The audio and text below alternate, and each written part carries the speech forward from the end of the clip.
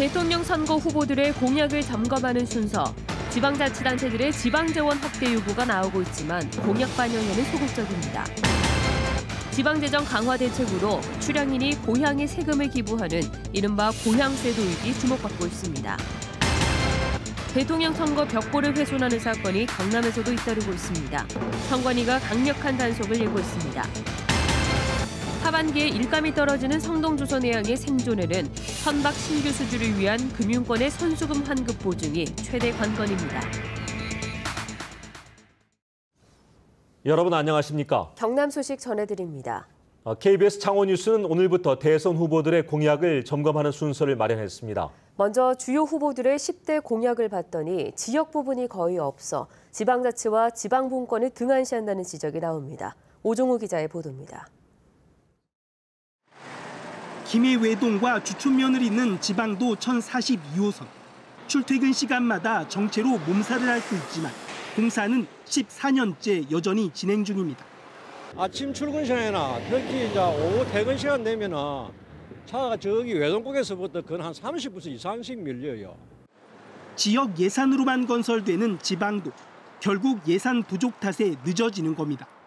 주촌이 이제 또 공업지역이고 하니까 보상비가 상당히 높죠. 전체적인 사는 이제 예산 확보가 조금 어렵죠.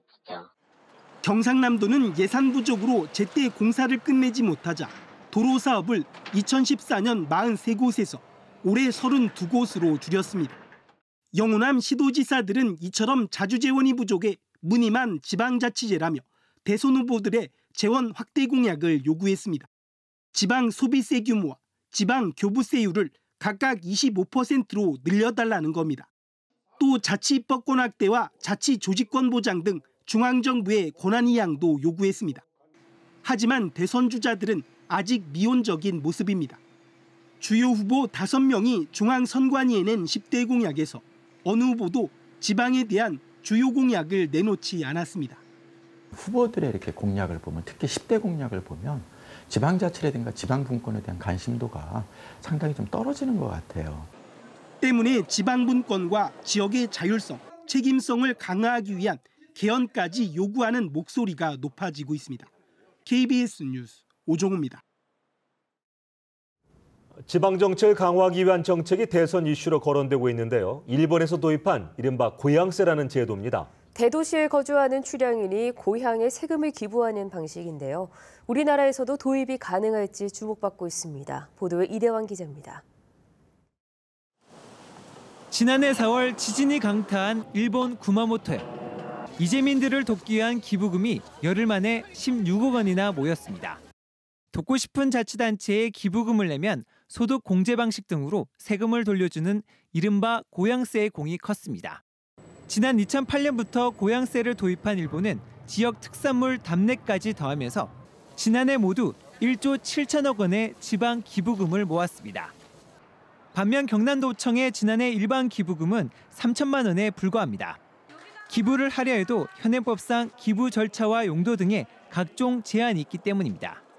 자치단체가 받을 것 같으면 그걸 아주 법의 절차에 따라서 하는데 그게 좀 제도화가 잘 안 돼 있어서 쉽게 이제 받지도 못하고 받아 쓰는데도 이제 한계가 있고.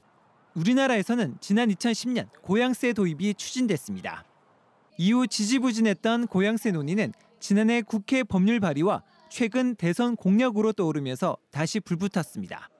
200만 명의 출향민이 있는 경남의 경우 고향세가 도입되면 최대 700억 원의 세수 증대 효과가 예상됩니다.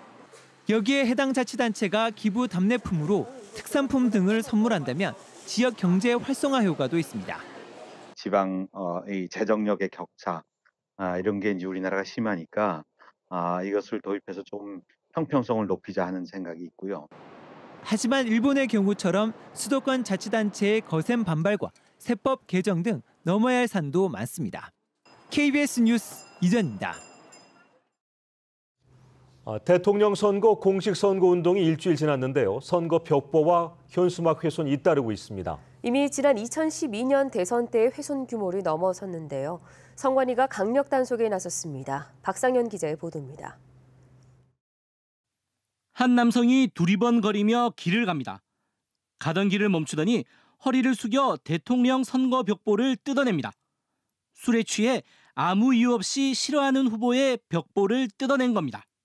선거운동 기간 초기이다 보니 비슷한 벽보 훼손 사례가 재발하지 않도록 하기 위해서 밤샘 수사 14시간 만에 피의자를 검거한 것입니다. 이런 선거 벽보나 현수막 훼손이 잇따르고 있습니다.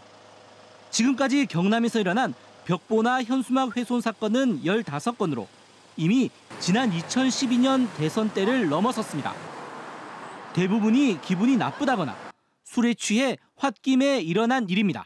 간혹 후보의 현수막이 통행을 방해하거나 간판을 가린다고 하더라도 마음대로 철거해서는 안 됩니다. 정당한 이유 없이 벽보나 현수막을 훼손하면 2년 이하의 징역이나 400만 원 이하의 벌금형 처벌을 받을 수 있습니다.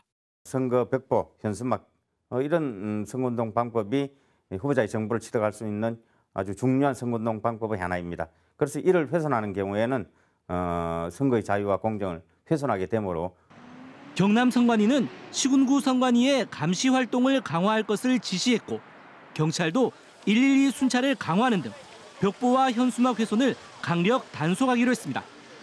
KBS 뉴스 박상현입니다. 성동조선해양은 일감이 떨어져가 하반기에 공장을 멈춰야 하는 상황에 놓여 있는데요. 하지만 대우조선해양과는 달리 추가 자금 지원을 기대할 수 없어 수주만이 살 길인데요. 금융권의 선수금 환급 보증이 관건입니다. 보도에 손은혁 기자입니다. 한때 수주 잔량 세계 10위권에 올랐던 성동조선해양. 현재는 세계 작업장 가운데 한 곳만 선박 건조 중입니다. 마지막 수주가 지난 2015년 11월이었습니다. 수주 가뭄 속에 약 1년 반 만에 희소식이 기대되고 있습니다. 해외 조선해운 전문지는 그리스의 한 선사가 유조선을 성동에 발주할 계획이라고 전했습니다.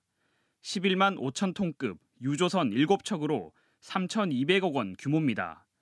본계약 체결 전 단계인 의향서를 지난주 체결했습니다. 오는 10월 일감이 떨어지는 성동조선으로서는 공장 가동이 멈추는 것만은 피할 수 있는 수주 계약일 수 있습니다. 10월 달부터 스틸 커팅 공정을 돌릴 수 있는 겁니다.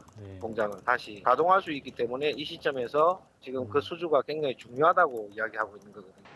하지만 선수금 환급 보증금 RG 발급이 관건입니다. 백값이 원가를 웃돌아 수주 가이드라인을 충족하는지 채권단의 까다로운 검토를 거쳐야 합니다. 채권단은 일감이 떨어지는 하반기 추가 감원도 배제하지 않고 있습니다. 보증비를 줄이면은 그게 이제 배에 들어가는 원가가 그만큼 또 줄어드는 거죠.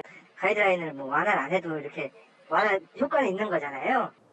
지난해 직영 인력 25%를 감원하고도 현재 3분의 1 인력이 휴직 중인 성동조선.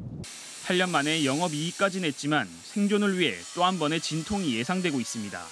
KBS 뉴스 손원혁입니다. 세라믹 섬유를 상용화할 수 있는 기반이 구축되면서 진주시가 세라믹 산업의 거점 도시로 떠오를 전망입니다. 지역 주력 산업인 우주항공과 자동차, 또 조선해양 플랜트에도 시너지 효과가 기대됩니다. 조미령 기자의 보도입니다. 각종 원료에서 섬유를 뽑아내 세라믹 섬유를 만드는 장비입니다. 세라믹 섬유는 가볍고 열에 강한 데다 강도가 높아 엔진 부품과 단열재로 활용하면 항공기와 선박의 무게를 줄일 수 있습니다. 하지만 분야마다 활용 단계를 검증한 인프라가 없어 상용화에 어려움을 겪었습니다. 이를 극복할 수 있게 된 것이 세라믹 섬유 기능성 복합재 센터 유치.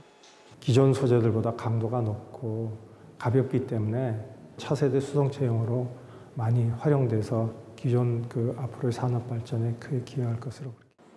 2022년까지 국비 등 290억 원이 투입돼 각종 장비와 시제품 제작 시설을 갖춘 센터가 들어설 예정입니다. 우주항공을 비롯해 자동차, 해양 플랜트 등 수송 시스템 산업에 적용되는 부품을 상용화하는 것이 급선무. 이 거점 사업이 끝나고 5년 정도가 지나면 2027년 정도가 됩니다. 그때 되면은 세라믹 관련 신시장 창출이 약 11조 원, 그리고 고용 유발 효과가 약 5천 명 정도를 예상하고 있습니다. 자율주행차와 스마트 무인 항공기, 로봇에 적용되는 4차 산업혁명 대응에도 나설 계획입니다. 세라믹 산업의 메카가 되기 위해서는 이 같은 연구 기반 시설 구축과 함께 경기도를 중심으로 산재해 있는 세라믹 기업 유치를 위한 노력도 필요합니다. 공공기관 이전으로 경남 혁신도시에 자리 잡은 세라믹 기술원. 지역 전략 사업과 함께 경남의 신성장 동력을 이끌 전망입니다. KBS 뉴스 조미령입니다.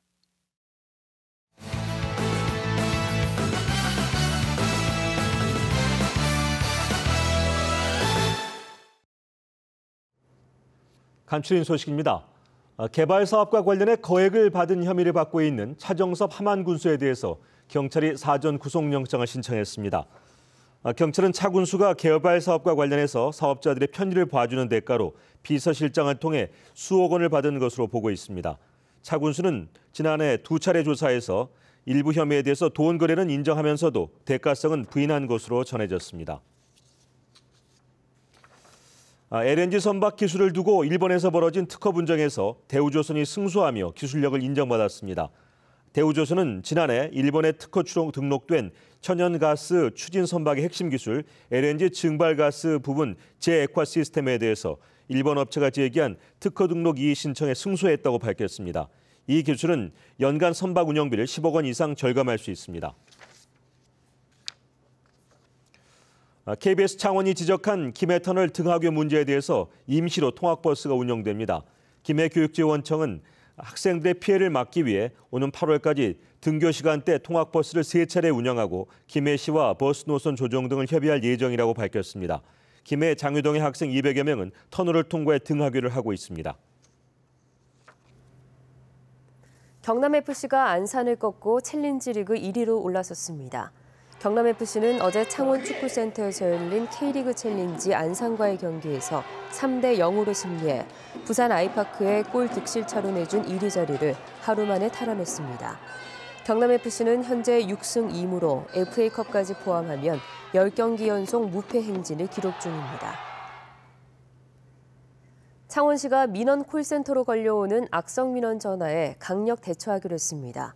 창원시는 다양한 유형의 악성 민원 대처 매뉴얼을 제정하고 상담 중 성희롱과 폭언, 욕설 시에는 상담원이 정해진 경고 멘트를 하고 전화를 먼저 끊을 수 있도록 했습니다. 또 성희롱 등이 지속될 경우에는 경찰에 고발하는 등 법적 조치를 병행하기로 했습니다. 경남상공회의소협의회가 경남의 특화산업 퇴직숙련공의 인력 재배치 사업을 추진합니다. 경남상인은 지난해 말 경남 제조업 565곳을 대상으로 숙련공 현황 조사를 마치고 퇴직 예정자와 전문직 퇴직 인력을 경남 전략산업으로 전환 배치할 계획입니다. 또 고용 위기 업종인 기계와 조선산업, 고용 선도 업종인 항공과 항로화 산업 간의 인력 이동을 지원하기로 했습니다. 경남과 부산, 울산 등 동남권 조선업 중소기업 대부분이 업황 회복에 최소 2, 3년은 걸릴 것으로 예상했습니다. 지금까지 경남 소식이었습니다. 시청해주신 여러분 고맙습니다.